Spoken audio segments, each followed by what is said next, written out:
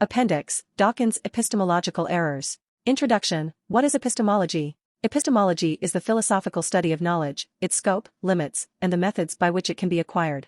In essence, epistemology answers the question, how do we know what we know? Understanding epistemology is crucial when scrutinizing Richard Dawkins' arguments against the existence of God and the validity of religious belief. Dawkins, an ardent critic of religion, often operates from an epistemological framework that merits evaluation. Scientism as an epistemological framework. Dawkins heavily leans on scientism, the view that science is the only or primary means by which we can obtain knowledge about the world. While science is undeniably an incredible tool for understanding the natural world, the belief that it is the only means of gaining true knowledge is limiting and self-defeating. This view discredits philosophical, ethical, and even aesthetic forms of knowledge that science itself presupposes but cannot prove. Lack of philosophical rigor. Dawkins' arguments often lack philosophical rigor and nuance. He dismisses any non-scientific approach to acquiring knowledge as inferior or irrelevant. But as many philosophers and theologians have pointed out, this dismissal is itself a philosophical stance, one that Dawkins seems to adopt uncritically, without providing adequate justification. Circular reasoning in discrediting religious experience.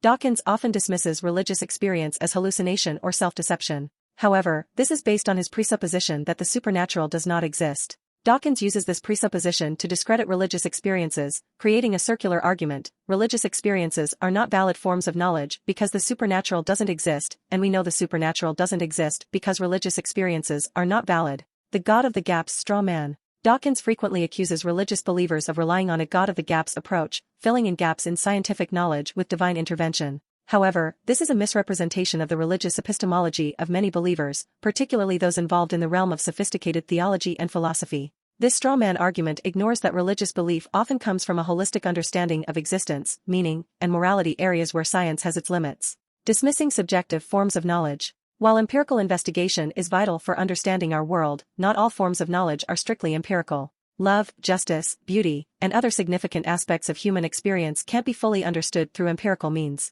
Dawkins' epistemology leaves no room for these other forms of knowing, which are critical for a full understanding of human life. Conclusion. The need for a more nuanced epistemology. The Christian worldview suggests a more nuanced epistemology that values empirical knowledge but also recognizes the importance of philosophical reasoning, ethical deliberation, and even spiritual experience. This broader epistemological framework allows for a richer, more complete understanding of reality, in contrast to the limitations of Dawkins' scientism. By scrutinizing the epistemological foundation of Dawkins' arguments, we can better appreciate the shortcomings of his criticisms against religion and the existence of God.